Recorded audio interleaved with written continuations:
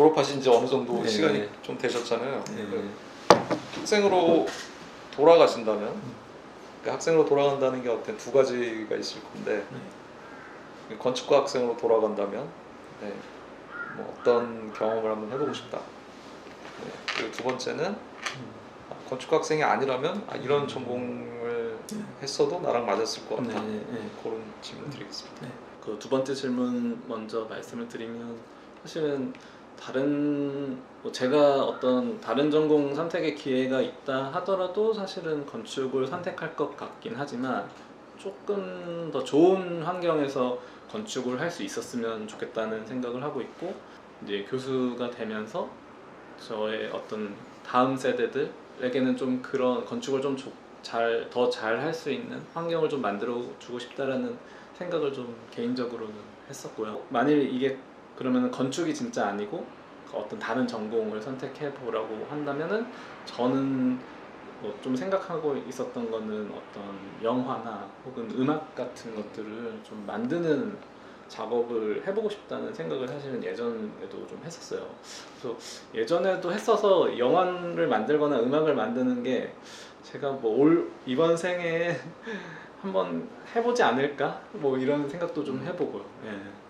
그래서 약간 영화, 음악, 건축 그러면은 결국은 이게 좀 무언가를 창작하는 작업인 것 같다. 어릴 때부터 건축에 관심 많으셨어요?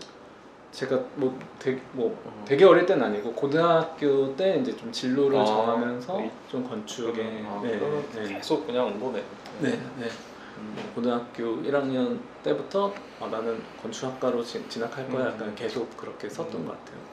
사실은 건축과 가자마자 좀 뭐 실무를 하거나 좀 실무를 하거나 유학을 가고 싶다 뭐 이런 생각을 좀 했었던 것 같아요. 학생으로 가서 뭐 특별히 더 해보고 싶은 거는 딱히 없습니다. 뭐 제가 나름 그래도 학교 생활 보람되게 공부도 열심히 했고 또 놀기도 열심히 놀아서 특별히 학교로 돌아가서 다시 해보고 싶은 건 아닌데 오히려 조금 더 공부를 열심히 해보고 싶다는 생각.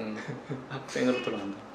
바틀렛 영향을 당연히 많이 받으셨겠죠. 왜냐하면 또 가장 최종적으로 공부하신 곳이니까. 근데 이태원 선생님이 제가 봤을 때 한국에 있는 분들 중에 바틀렛 영향, 본인 출신 학교의 영향을 또 굉장히 많이 받으신 분 중에 한 분인 것 같아요. 이태원 선생님 같은 경우에는 보면은 학교의 어떤 지금 바틀렛이 지금도 그렇지만 예전에 오히려 더 실험적이었고 그것들이 어떤 흐름이 이렇게 일정하게 가는 것 같은데 그 학교가 어떻게 영향을 줬는지 본인의 어떤 건축적인 철학이라든지 방향이라든지 거기에 대해서 또 학교 소개도 해주시면 좋고.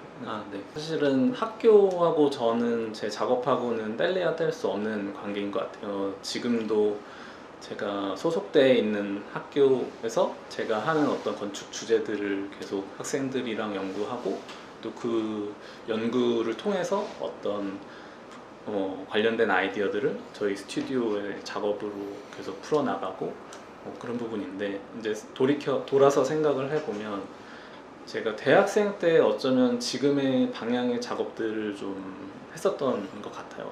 그 당시에도 이제 사실 한국 건축의 디지털이라는 단어 그 당시에는 좀 생소하던 시기였고 이제 저는 어떤 디지털 툴에도 굉장히 관심이 많았고 디지털 디자인이 어떤 생각과 혹은 만들어내는 데 영향을 주는 것들 그런 부분에도 좀 많이 관심을 갖고 있어서 그렇게 작업을 하다가 디자인랩이라는 곳에서도 계속 저는 약간 디자인이라는 게 이런 어떤 시대가 갖고 있는 기술들 이런 것들에 굉장히 영향을 많이 받는구나 그러면서 실무에서도 그렇게 경험을 했어요. 그러다가 바틀렛을 갔는데 이제 어떻게 보면 그 학교에서 저의 방향성을 좀 만나고 찾은 거죠. 사실은 저는 이 건축대학에서의 건축 학문과 그 실무에서의 건축이 떨어지면 안 된다고 생각을 하고 있어요. 물론 저는 조금 더 이 건축 학문에 좀 집중을 해서 작업을 하고 어떻게 보면 이게 아직은 실무적인 작업이 아닌 방식으로 풀어내고는 있지만, 그럼에도 사실은 학교와 그 실무가 같이 항상 발전을 해야지 되는 거고, 사실은 많은 뭐 미국이나 유럽 같은 경우는 그런 경우도 많이 있는데, 국내는 조금 이 학교와 실무가 좀 떨어져 있는 상황들, 그런 부분들이 좀 아쉬운 부분도 있어요. 그래서 뭐 저는 어쨌든 좀 끝까지 학교와 제 작업을 좀 연결해서 계속 작업을 해나가려고 하고. 다른 어떤 취미 같은 거 있으세요? 좋아하는 거? 네. 건축하시는 분들이 보면 네. 건축만 좋아하는 사람이 꽤 맞아요. 많잖아요. 네. 저도 사실 거의 그런 편인데. 네. 제가 또 좋아하는 거는 이제 여행 다니는 걸 제가 좀 많이 좋아해서, 뭐 여행이라는 게 사실은 건축하고도 연결이 되어 있는 것 같습니다. 그래서 뭐 건축 답사를 간다든지, 아니면 어떤 새로운 어떤 나라의 문화를 경험을 한다든지, 뭐 이런 일종의 그런 것들이 건축이랑 사실 연관이 없지는 않고, 뭐 그래도 제가 좀 이렇게 이 질문을 받고 좀 세 봤는데 한 30개국 갔던 것 같아요. 또 네, 제가 그동안 갔었던 나라들이 세 보니까 한 30개국 갔어서, 그래도 여행이 저한테는 좀 취미인 것 같고, 제가 그 뭐 나름 굉장히 좋았었던 그 여행 중에 하나는, 제가 영국에서 공부하던 시기에 이제 방학 때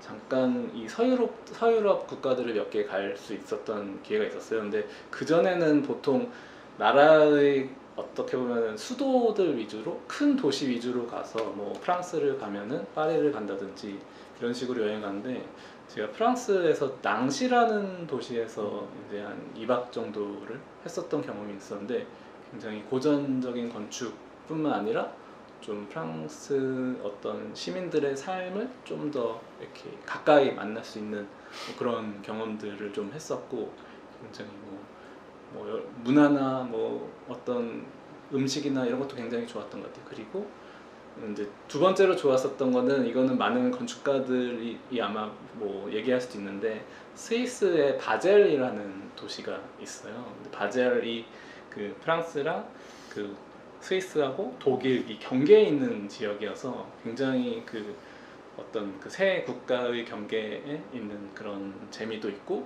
거기가 이제 헤르조그메롱이 이제 있는 도시여서, 그 지나치다 보면은 만나는 건물들이 헤르조그메롱 건물들도 굉장히 많아서 좋았었고, 또 그 가까이에 또 비트라 어떤 하우스도 좀 가까이 있어서 그 바젤이란 도시도 많이 기억에 남습니다.